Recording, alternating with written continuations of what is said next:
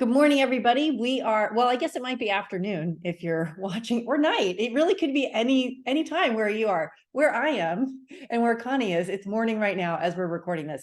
I'm joined today by Connie Lo, founder of Three Ships Beauty. This is another episode of Behind the Brands, and we're going to get all up in it behind Connie's brand. Connie, you've built something so amazing, so beautiful, so inspiring. Tell us the story of Three Ships. What are you doing here? Yeah. What are you Well, building? yeah. So for those who don't know me, I'm Connie, one of the co-founders of Three Ships. My other co-founder, her name's Laura, and Three Ships is all about being the most effective natural beauty brand on the planet. So that's really our mission, is to be the most effective. But the reason why we started is around 6 years ago, we were both recent grads. So I went to school for business, Laura went to school for chemical engineering. And what we had in common was that we were both broke college grads who just couldn't justify spending over $100 on a natural skincare product. And for those listening that, are familiar with natural beauty, it can get really expensive. Yeah. And on the flip side, when we go to our local drugstore and try to find something that was marketed as natural, but also within our price range, we realized that most brands were just greenwashing. So they were just pretending to be natural when they weren't. So we realized it was so frustrating. You either spend above your means for something that's natural and potentially effective, or you spend on something that's cheap and ineffective or not natural. And I'm not saying that natural is better than synthetic, but I'm saying that if someone wants to use natural, they should be able to find something and know it's natural and trust that it is. So at the time, we each had $2,000 in our bank accounts, and that's what we used to start the business. Yeah, very bootstrap beginning days. We made everything by hand in my kitchen in Home Depot buckets with a broomstick that we would use to mix very, very granola.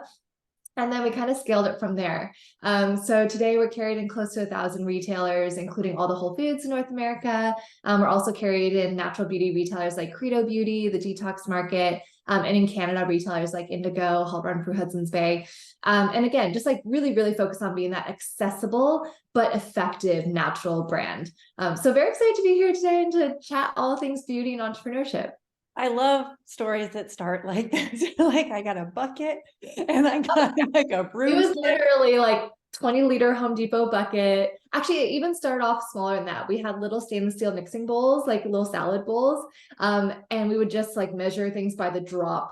And we had a little measuring cup that we would use. And then from there, we scaled to the Home Depot buckets. And then from the Home Depot buckets, we scaled to outsourced manufacturing. But it was very homegrown.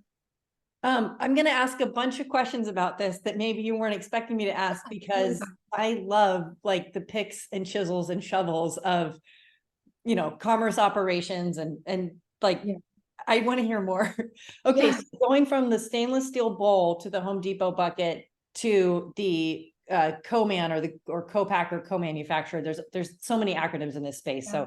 So, what made you kind of take that leap of what signaled to you that this is working and we're going to put, more money in, we're going to continue to either reinvest our own funds or the business's funds and really continue to bootstrap this all the way from the stainless steel bowl to the co-packer?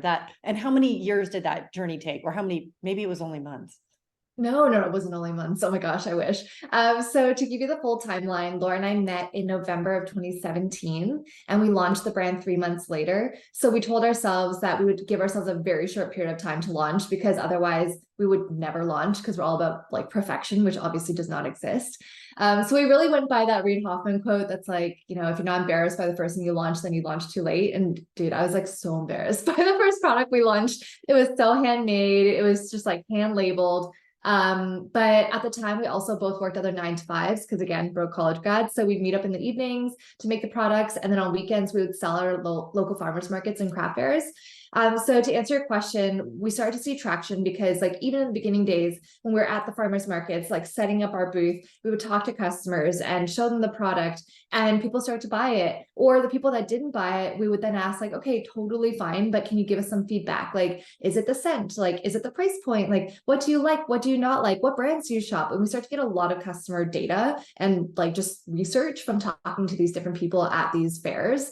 So that helped us a lot to iterate really fast. fast. So at the time, since everything was handmade, we could change things really quickly. We didn't have minimum order quantities. Everything was like hand labeled and printed from a $300 laser printer. Right. So yeah, let's talk about that. Like, where are you buying at this phase? Where are you buying the raw materials? Where are you buying the bottles, and where are you buying the labels, and how are you printing? Yeah.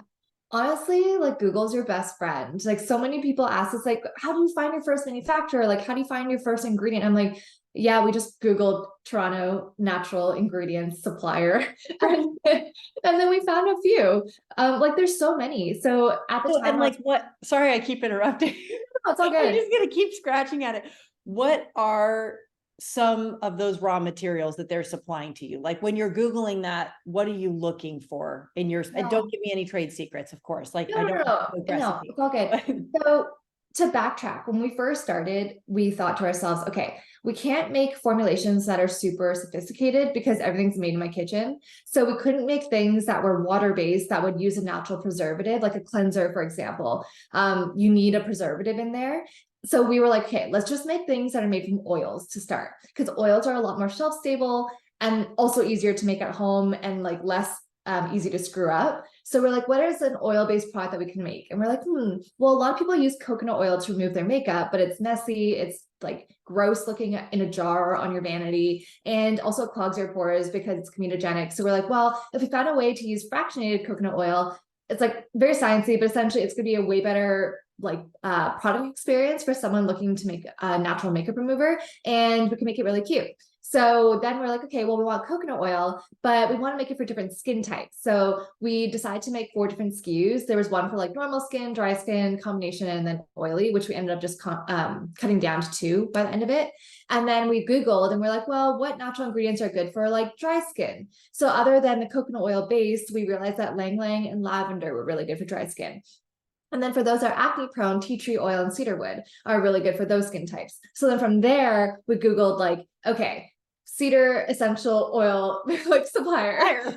Yeah. So like it's not sophisticated at all. So you can start literally anywhere. And then we ended up finding this just like a supplier that was based in Mississauga, which is like on the west end of Toronto.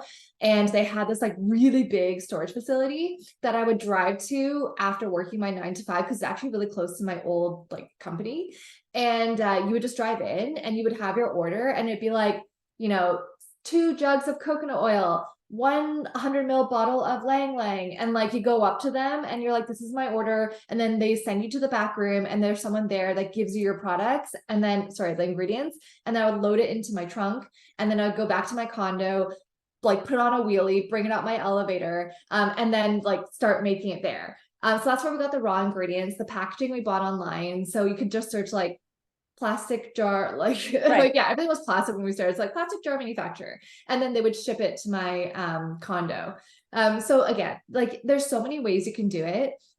And then once we started to see that people were buying it, people were repeat buying, we were like, okay, we have something here. It definitely hadn't hit product market fit by that point. But something that Laura and I said is, once we saved up enough money to go 6 months without paying ourselves a salary with 3 ships, at that point would be when we would quit our other full-time jobs and go full-time with this. So as soon as we had that 6-month runway, we quit. And it's funny because that 6 months of not paying ourselves actually ended up being extended to 12 months. So it was like a year of just like no salary, eating ramen all the time. I remember that Christmas, like all I could afford was to gift my friends like our actual like products. And I just felt like so embarrassed, but you gotta do what you gotta do. No, I mean, what could be better, Yeah, I know. I'm like, hey guys, that's like vintage now. Like it's a collectible. So love. yeah, so that's how we started. And I think, yeah, as soon as you start to see like some repeat orders, talk to a bunch of your customers, you're gonna get a lot of feedback from them. We did a lot of user testing calls where we had like a bunch of questions we would ask them. And then you start to see like it starts to pick up, and then you just have to take the leap though. I think that's a difference. A lot of people wait until they feel ready. And you just like will never feel fully ready. Yeah. I think another thing that you're touching on is so key, which is that you gave yourselves the opportunity to learn from your customers at the earliest possible moment. And something like a farmer's market is the perfect venue for that. And if you don't have to put up a huge website on day one, you don't have to spend, 40 or 50 or $70,000 on the go-to-market plan if you don't want to. If you can, I mean, sure, go faster, like go nuts.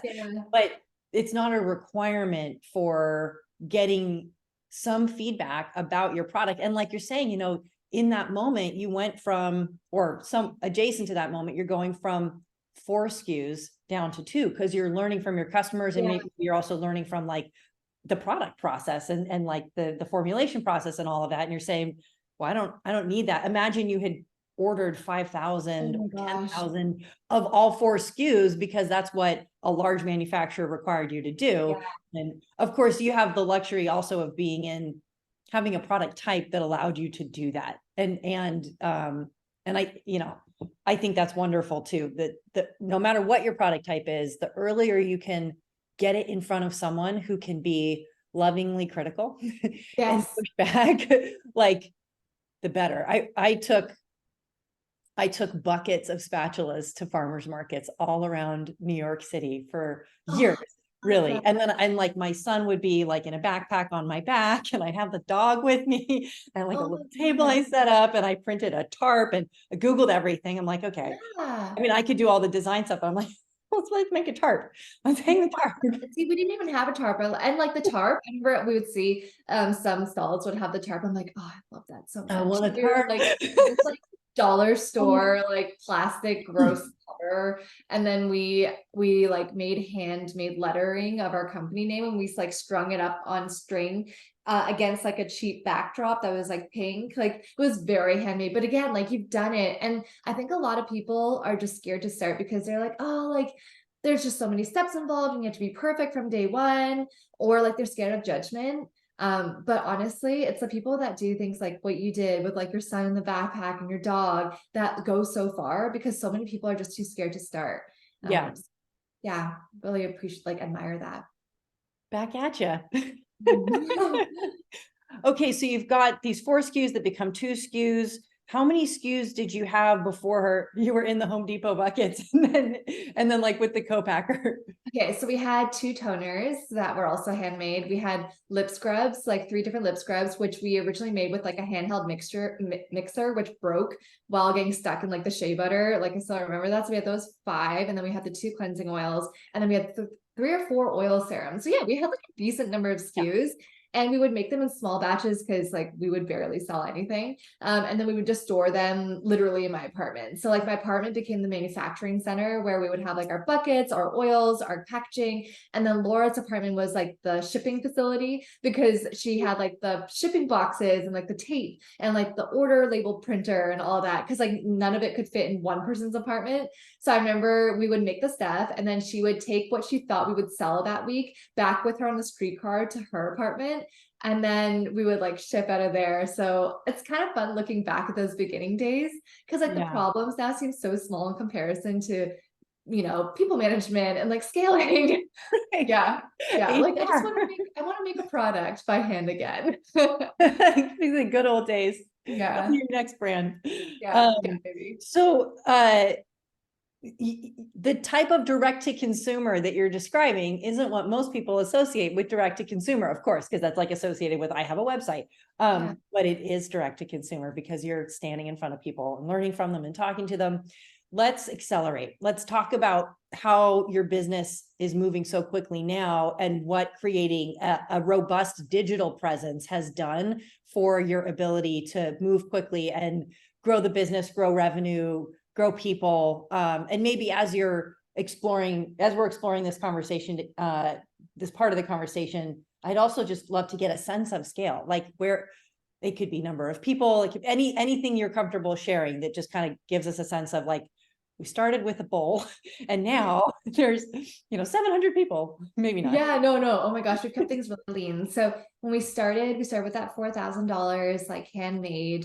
And then I think when we went full time, we were at about like $100,000 in sales or something. It was nothing crazy. And then things really changed when we rebranded to 3 Ships in July of 2020. It was at that point we looked at all our past like 3 years by that point of customer data, customer feedback, and we realized that we needed to rebrand because our previous brand was really Gen Z, very like cutesy. And it just wasn't our actual customer base. So when we started at 23, we're like, well, who needs affordable skincare? It would be the younger audience because they don't have discretionary income. But then what we realized is the core of our customer base was actually women in their like, mid 20s to like mid 50s that already were buying beauty and knew how expensive it was, and then found ours and was like, wait, this works just as well and it's half the price, like this is a no-brainer. So at that point we're like, well, this brand is not resonating with them. We need to like completely change everything. What was the brand? It was called New Body, Niubody. Like new means coconut in Hawaiian, and our first product line was coconut oil based. But then later we were like, it's such a bad name. People thought New was an acronym. And then there was some like Northern Illinois University, like in the US, where a body was discovered. So then New Body, you would find like an article about the body, like just like really bad SEO. We're like, wait. And then there was another company that has similar brand name that was in skin tools at the time. And then when we were choosing to rebrand, they like launched skincare, and we're like, wait, okay, they're just like too much. People thought we were a body care company. In retrospect, like it was a terrible name. So I'm so glad we rebranded in July 2020. And at that point, everything took off. So like that's when we landed all of our retail partnerships. I think we grew like 500% year over year at that point, and then have consistently grown triple digits every year since then. And yeah, it's kind of been like just massive growth since 2020. Keep in mind, in 2020, this was when Laura and I were just the two people in the company. Like at the time, just the two of us. Laura also was diagnosed with a brain tumor the week before the COVID lockdown and underwent a 10-hour surgery. Like it was like wild. Then we rebranded. We were on Dragon's Den, which is Canada's Shark Tank that year. We raised our first round of like capital. And then from there we scaled. So now I think we have around 14 full-time team members, like 30, including part-timers and contractors. And yeah, we have a full line of like 24 SKUs, all within the facial skincare category. So it's kind of grown a lot since then, and definitely like a true omni-channel brand, like you were referring to earlier. So about like 55% maybe of the business is e-com, and then 45% is wholesale. We made the decision really early on, like very intentionally, to be an omni-channel brand, because a lot of brands focus just on D2C. But for us, we're like, you know what? Within skincare, when you're discovering a new brand, it's kind of hard to build that trust online when you haven't like, felt the product and like, smelled it. It's hard to do that online unless you do a sampling campaign. So we decided, like, why don't we try to focus on aligning ourselves with reputable retailers that people trust? So then when they see that logo next to our brand name online, then it might convince them to buy, or they might go to that retailer, try the product and then like it, buy it there, or then buy it online. So that worked really well for us. And I'm really glad that we like, diversified our revenue, because along the way, both channels have gotten hit at different times. Like COVID, our wholesale channel pretty much like dried up overnight because all in-store sales like turned off. Yeah. And then with the iOS 14 update, like 2 years ago, that really affected digital sales, but we had our retail partnership. So I'm really, really glad we made that decision. Yeah. And it's proven to be like, yeah, one of the best decisions we made. In terms of the way the company's structured, most of the team is on the marketing side. And then there's two of us on the sales team. And then the rest are like, ops, supply chain, finance. Yeah. It's a real business. Yeah, I know it's weird. Like sometimes I think to myself, like even last night, I was just getting ready for bed. I'm like, as if I have employees. Like this is a weird feeling. Like, sometimes when you see your product, or like, I'm sure you feel the same way. You're like, huh, there's people working on this thing that started in my kitchen. How odd. Totally. Yeah. And that it's a real business. I don't know. It's not a mantra, but that phrase pops into my head all the time, because it's, things like this start so small. They just start as a little glimmer of an idea and a conversation and an experiment. And then all of a sudden there's, customers that are relying on you, and suppliers that are relying on you, and retailers that are relying on you. And the number of relationships just like, explodes. Yeah, or like, sometimes it really hits me, the responsibility that we have as founders, because we are, responsible for our team members' like livelihood. And that, to be honest, is a little daunting sometimes, but you're right. Like, it's kind of crazy to see that your business starts to develop its own legs. Like, I definitely think this past year was the year where 3Shops, like you kind of feel like you're pushing a boulder up a hill for a really long time. And then all of a sudden one day, it's almost like, oh, things are clicking, like things are working, like the repeat rates are there. the order values are going up. Like, we don't need to be like pushing as hard and things are happening. Or like you start to get like maybe occasionally recognized on the street, at least in Toronto, like where we're based, like, cause we're, really known as a Toronto-based company. Yeah. And I'm like, that's odd. Like to have someone be like, hey, I just got matched with a personal trainer at my gym. And she was like, you look so familiar. And she's like, oh, I've been following your story for years. I'm like, it's very weird as a founder, but it's also like exciting. Yeah. That's Yeah. awesome. So well, let's shift. I could talk about ops all day, Yeah. product formulations, but I want to talk about marketing a little bit. What really works for you as a digital marketing strategy? And then how does that complement, if it does, how you approach your conversations with your retail partners in that kind of omni-channel context? Yeah. So I feel like one of the best ways I can talk about what has worked for us, talk about all our mistakes. So in the past, right? Like, yeah, mistakes are where you learn everything. So in the past, our marketing team was almost like synonymous or was synonymous with e-com. And then sales was synonymous with retail, like retail partners like Whole Foods. So there was no conversation going on between our marketing team and sales. Like, for example, if we were doing a campaign in the summer about like best products for breakouts, that would like live on social, email, it would be on our site, but you wouldn't hear any of that messaging on our retail partners. And it wasn't until we brought in our director of marketing, and you don't need to bring in someone like crazy senior either. I think she was like 30, like when she joined, but you just need someone scrappy. She was the one who was like, guys, like we need to start communicating. So she really changed the way that we thought about marketing. She's like, marketing is no longer just serving e-com. Any marketing call we have, I want sales on it too. And I was like, that's a lot more calls. And she's like, well, you need to be there. I was like, okay. At the start of every month, we would go over next month's marketing strategies. So let me just like really quickly pull up just the way it's structured, because it's so easy. Anyone can follow this, but we have something where we review on a monthly basis next month's like top line like targets, and then we talk about the major product launch or major promotion that's happening that month if there is one. And then we have messaging priorities, which are like max three messaging priorities. So for example, in October, one of them was our holiday launch, which happened last week, with our holiday kits. One is an upcoming product launch that's coming up October 27. And the third one is this like campaign that we have with a retailer.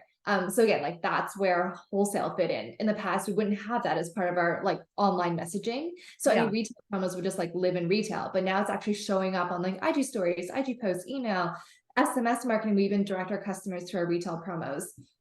And then from there, we go through like what's happening by channel. So it'd be like, what products are we sampling on D2C? So when someone checks out, they have the option of adding like 2 minis to cart for free. What are our main messaging priorities for paid media, PR, events, influencer? And like throughout all of these, retail is sprinkled in. So for example, for influencer in October, we actually did like an influencer collab where we sent out 25 mailers of 2 of our products with another brand's products to support the biggest promo of the year at Credo Beauty, which is one of our retail partners in the US. So like that's an example of how retail is woven into marketing. And it goes all the way down to events, SMS, organic social, blog, website, retail. And then by retail, we break it out by retail partner. So like in October, we had a Whole Foods promo, we had a detox market promo, we had Credo. And by going through this line by line with everyone on the marketing and sales team, everyone's aligned on what's going on. So in the past, it would literally just be like me in my own world being like, I guess we're doing this promo next month. And then I'd just be talking to myself being like, yay. And then now the whole team knows. So like, that's an example of how we've really changed things. So I think like just having more structure has helped a lot. We also do like monthly postmortems as a marketing team where we have this Canva deck that everyone just is responsible for their own slides. We review what happened last month, what went well, what didn't go well. That's where like our influencer manager will talk, like show screenshots of the post that went live, things that she would change moving forward. That's where I talk about our sell-through at Whole Foods or Detox Market. Our sales and education manager talks about the main feedback points she's getting from our sales reps that are going in store, because then like that helps our marketing team think about messaging. Like I just think overall the biggest change has been communication as a team. Yeah. Yeah, I think I have a lot of similar feelings, like communication as a team, and then ways to structure that communication so that it's not just like a, like open impromptu. conversation. It's like, what boxes of knowledge are we filling for each other on a regular basis? And we use Asana a lot as a Yeah, we project just management started tool. using Asana actually, because before we are just using like Google Sheets as trackers. And then our director of marketing was like, hey guys, I think we need to She sounds like a yeah. But amazing. the funny thing is she's so chill, but I think like she just loves what she does so much. She's No, like, you dialed in, right? yeah, she's like, we need structure. I'm like, Let's you're build, let's build a tool for this. Like, let's build. I've been, well, we have a software platform that we're building, and one of the ways we're building tools for ourselves, we're building tools for others, and one of the ways I've started to frame our conversations around how we're serving our customers and how we're working together as a team is like, we're trying to take unstructured data and turn it into structured data. And that's like a really nice through line from like, what our physical conversations and operations and kind of coordination translate to software in a really nice way if you contextualize it that way too, because literally unstructured to structured data is like one of the most powerful things a software platform can, especially when they make it easy. Like you're so right. There's so much data on so many different platforms. And at the end of the day, like if the tool isn't easy to use, your team's not going to use it. Yeah. No matter your intentions, right? So that's amazing. Yeah. What other tools are like indispensable for you and your business? You mentioned Canva, you started in Asana. There's obviously Google Sheets is in there. Yeah, but definitely the Google Suite is really helpful.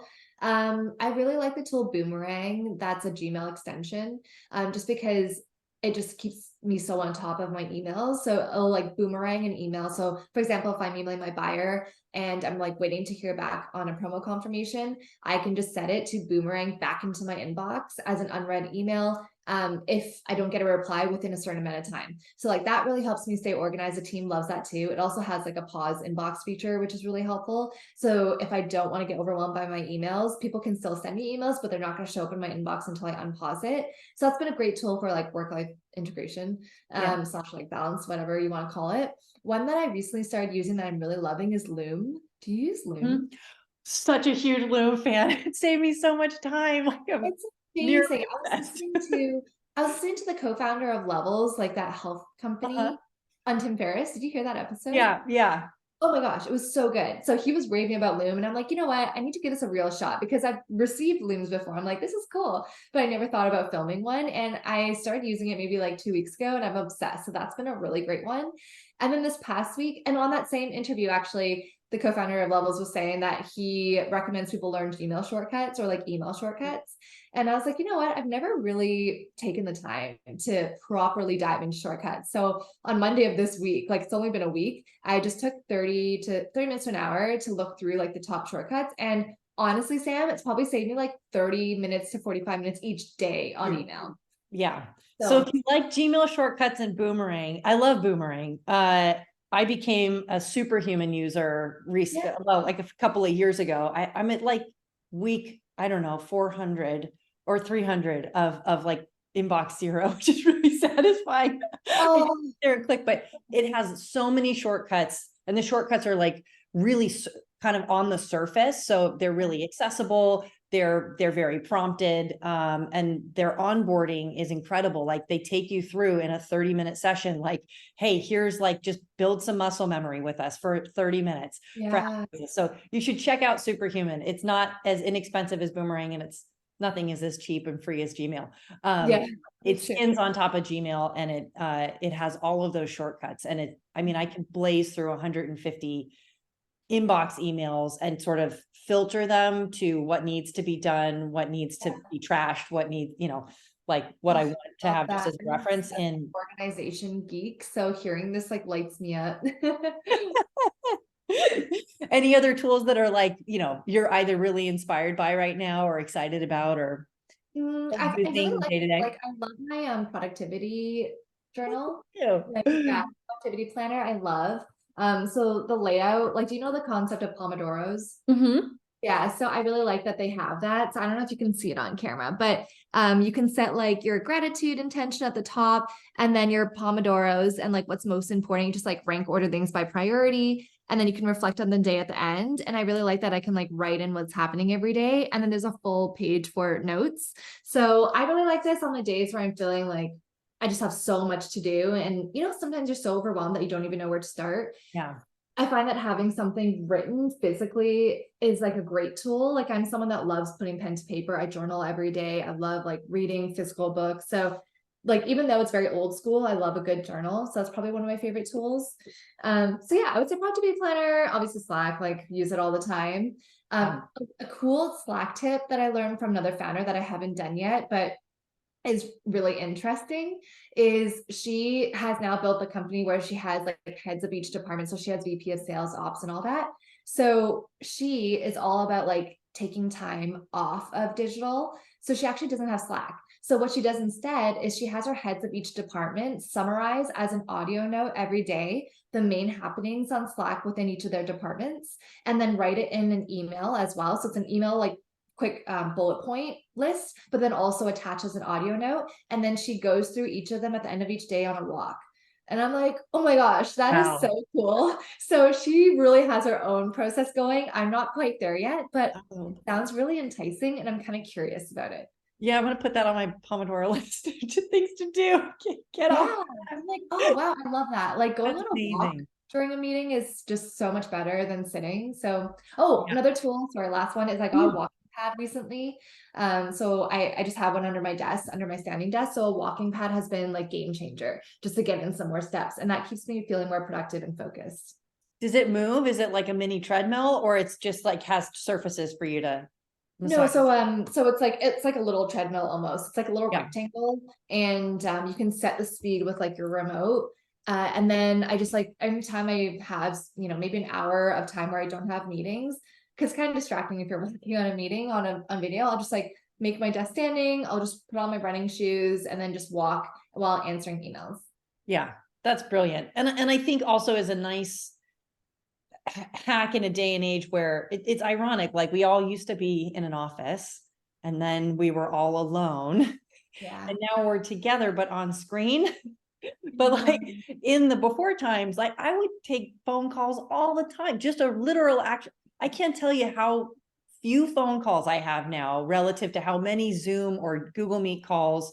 And I really enjoy the connection and the FaceTime and all of that. It doesn't feel like an act of violence to me at all. I truly enjoy it. But in moments of reflection, I'm like, oh, I used to be going places and having a meeting at the same time. And yeah, that's been a big personal shift for me. Like I used to pace. Yeah, I know, right?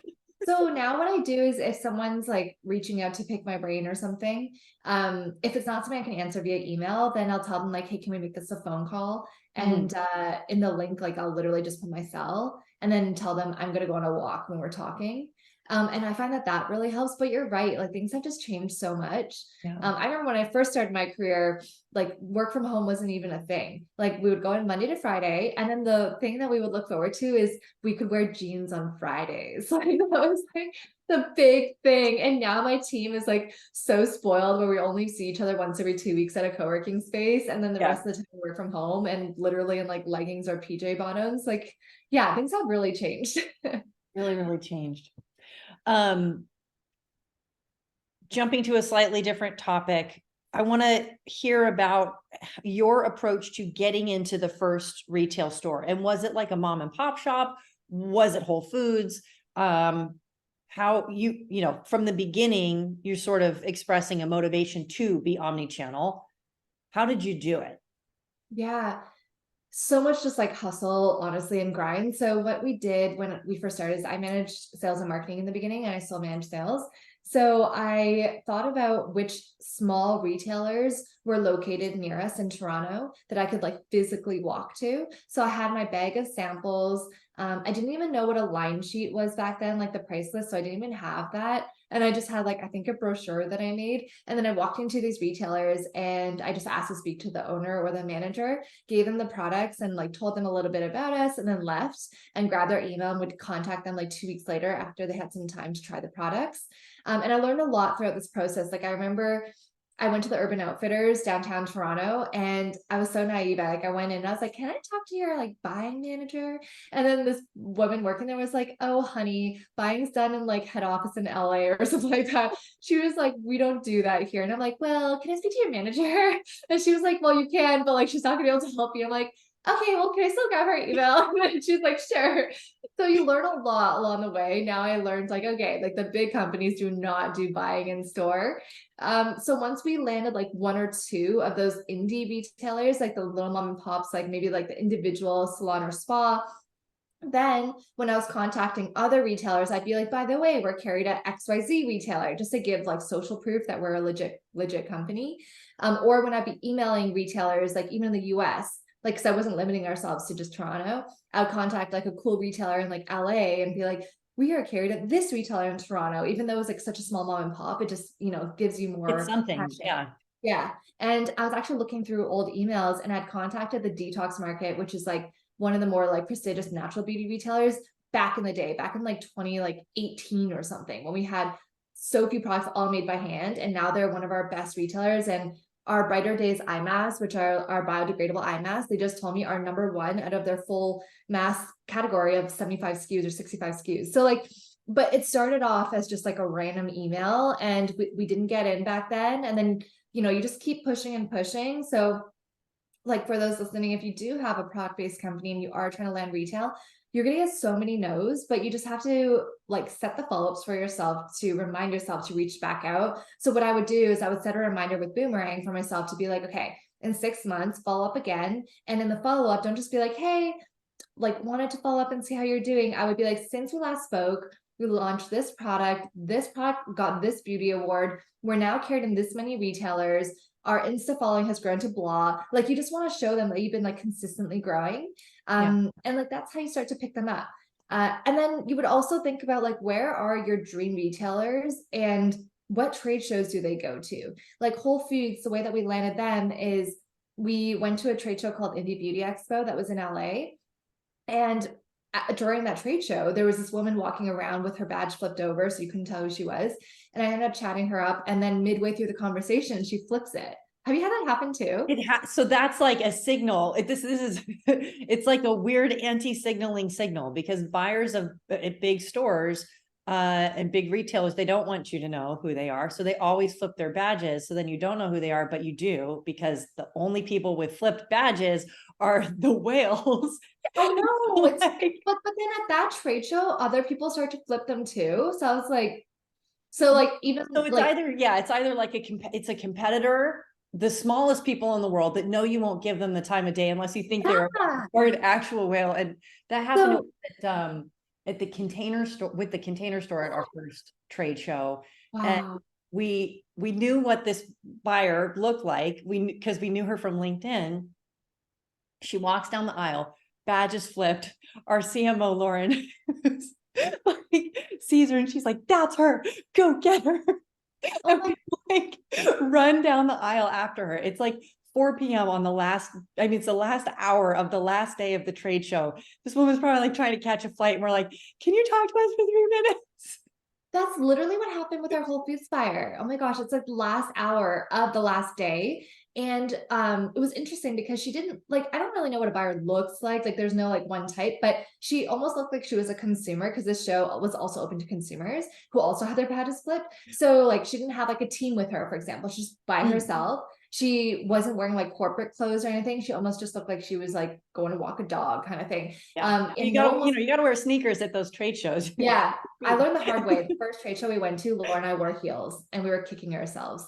So anyways, this woman was walking up, didn't have any team with her, badge flip, but like was just like kind of moseying around. No one was talking to her. And so I just went up to her. I was like, hey, and then halfway through she flipped her badge and she was a Whole Foods buyer. And I was like, holy crap. And then like, so then I saw it. She knew that I saw it, but then I had to like pretend I didn't, like, you just like have this awkward like song and dance. And then she ended up trying the products, and then 6 months later said she'd be launching us. We started off by launching in California. Then from there, we expanded across Canada. And then May of this year, we expanded across all the US. So like with retail partnerships, getting on the shelf is the easy part, getting off the shelf is the hard part, which we've learned as well. So like, again, for those listening, you know, you need to think about like, yes, it's great to sign that retail partnership, but then from that point, you have to think like, what's my promo calendar going to look like with them? Like, how much am I going to invest in trade marketing dollars with them? Do they let sales teams come in? If so, like, how much are you going to invest in field reps? Sampling is really big, like, especially if the store doesn't have testers on shelf. You know, like education is a big one, like the training and like the gratis of the free products. You have to think about how much you're promoting them on your own social channels. Like, there's so much that goes into retail partnerships. As a founder, are you going in store and meeting the teams? Like, are you going to do a road show? Like, all these things you learn along the I'm way. sweating. Sorry? I'm sweating. No, I'm just saying like there's so much to do and so much to think. So much. I'm not actually sweating. Yeah. And by each retailer, some retailers like lean more into certain trade marketing levers than others. Like, you know, at Target, they don't let you send in sales reps, but at Ulta and Sephora, it's all about the field reps. Or like at Whole Foods, they don't have testers on shelf, so you need to rely on sampling a lot. Otherwise, customers won't be able to physically try the product. So along the way, you kind of learn. So again, like not to make anyone feel overwhelmed, because I did not know any of this when we started. Keep in mind, Laura and I did not have any beauty connections, no funding, no experience in beauty when we started. We were just two consumers. And I'm sure you were the same when you started your spatula business. So like, again, like not to overwhelm anyone, you pick it up on the way. Yeah, it's I don't know if you have kids yet. I have three, and you know the joke that every parent hears when they're having kids, at least the first kid, is there's no manual. Like there's no manual for being a parent of a brand is like the same. No. Slightly. Yeah. I mean, a lot of beating hearts involved too. So there is a let's keep this literally alive responsibility that comes with it. It feels really similar to parenting to me very often, and just how, you know, how consuming it is and how deeply you believe in in it, and making, you know, and taking care of whatever it is. And the joke is true. There is like no manual for any of this. And anyway, let's write the manual. Yeah. I am trying to write the manual. Oh my gosh, I know. One conversation at a time. I love it. Like that's definitely the way to do it. And speaking of manuals and tools, one tool that has really helped our team is the concept of a user manual. Do you do user manuals? You know, I aspire to have one. I think about this all the time, but tell everyone what it is. This is cool. Yeah, so I came across this concept back in like 2018 or something. So essentially, when you get a new piece of technology, it usually comes with a manual to tell you like how to use it, how to take care of it. But when you meet someone new, especially in like a work setting where people usually have a little bit of a guard up in the beginning, you don't really know them. Like, how do they like to give and receive feedback? What's their like personality type? Are they a morning person or a night owl? So a user manual is a couple page document, like a user guide, where you write like a little bit about yourself, a little bit about your background, your hobbies, your interests, and then you get into like management style, communication style, feedback style. And especially in a day and age where we're all like working mostly remote, where, you know, some things can be like misconstrued when you're typing online, like you don't have the tone, you can misunderstand people. Having a user guide is really helpful. So for example, when we first did one, like me and Laura, we realized like just because Laura doesn't use emojis doesn't mean she's pissed at me. Or like just because I use emojis all the time doesn't mean I'm always happy. Like, so there's like little things where you're like, oh, I didn't know that about you, but I'm so glad I read this. So when we have new hires join the team, everyone is required to write our user manual, and everyone in their first one-on-one with our team, the person that's on the team will share their user guide live with the new hire and walk them through it. So even if it's like someone in San Diego that onboarded, they still like feel like they kind of know the team in Toronto and vice versa. And I regularly review my team's user guides because sometimes I'm like, like, you know, I realize like this feedback didn't really like get received the right way, or like maybe it didn't get executed right. Maybe there's something about the way they operate that I just don't remember. So there's so much that's in there. And the last thing I'll say about user guides is you should be regularly updating it, because things change, right? So before, you know, like my priorities have changed. Now I'm married, I have a dog. So she's my fur baby. So like things have changed since I first wrote it in like 2018. But I would recommend setting aside like 2 or 3 hours, have like a cup of coffee or a tea or like a glass of wine, whatever your vibe is, post up on the couch and just like look up some online to get some inspo and then start writing yours. But it's really fun. It's like a very fun practice. And then how often or how quickly after you bring a new hire on board, do you have them write theirs, or do you have them write it kind of before they're onboarding, after the offer's been made, but like, hey, your first piece of homework before you get here is. Yeah, so we tried both. So originally we had people write their user guide before they joined. So we would send myself and like Laura's user guides via email. And then before they joined, they would write theirs. But then we realized that they didn't really like fully understand what it meant. And like they were just reading a document about us. So Yeah. now what we do instead is we review our user guides live with them in our first one-on-ones. And then their piece of homework to be completed within 2 weeks is to write their user guide. And then they email theirs out to everyone on the team. So that's how it works now. I think in the past we were rushing our onboarding too much, and what we've learned is we need to like slow down, because we Yeah. were receiving feedback that like people were like, "Oh my God, there's a lot to do in the Yeah. first." Yeah. Well, and it's hard when you're growing quickly and the team is growing quickly. Like, often when we're making a new hire, it's because the building is on fire almost. Like, oh my Yeah, God, you're what like, are I we, just want to make you do stuff. right? Like, what are we gonna do if we don't have another body in the room? And then, they'll come in and it's like, this is gonna be fast for a minute. And I think there have been other moments where we've grown and hired, where we've had a little bit more of a methodical approach. Like, we know we're anticipating a need, we're not like in the need. Yeah. And that always feels like so right for everybody. Like, Yeah. here is And you were how like, why the don't I do this company all works. the time? Yeah, it's so true. Or like, when Yeah. someone, like we only recently had someone resign for the first time after a couple of years being at the company. And we are like, wow, we've never dealt with this before. Like, how fast do we fill the role now? Like, how do we manage the offboarding? Like, it was just like such a new experience. So again, like you pick up so much along the way as founders. And I think entrepreneurship is like overly glamorized in many ways. And I wish that more people understood like what actually goes on behind the scenes. And like, with your companies, like it's not an overnight success. There's so much that goes on. And I just wish that founders were more transparent about the entire process. Because I think it would encourage more people that they too can start their own companies, because they don't need to be an expert. But then also it might also dissuade people who are trying to get into entrepreneurship for the wrong reasons, of making a quick buck or like becoming an instant celebrity. Like that's not most cases. So yeah, I just am really a big proponent of being transparent about like everything on the back end. And I think that that has been one of the biggest reasons we've grown so fast. It's just like that authenticity and like transparency, both with like other founders, but then also with our customers.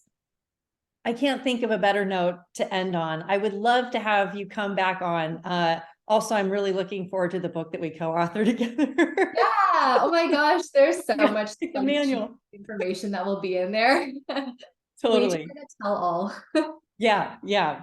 Well, thank you so much again. It's been a pleasure. If you haven't seen Three Ships Beauty online, look them up. Their products are delightful.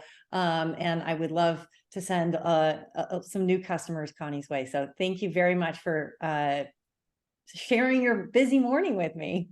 Well, thanks, Sam. Yeah, it was super fun. And yeah, if anyone wants to find us, it's just at Three Ships Beauty on Instagram. Or if anyone wants to connect with me, it's Connie Lo, ITSCONNIELO. I'm always open to sharing like anything about the founder journey and helping others out. Yeah. So it was so nice to chat with you. Thank you again. Amazing.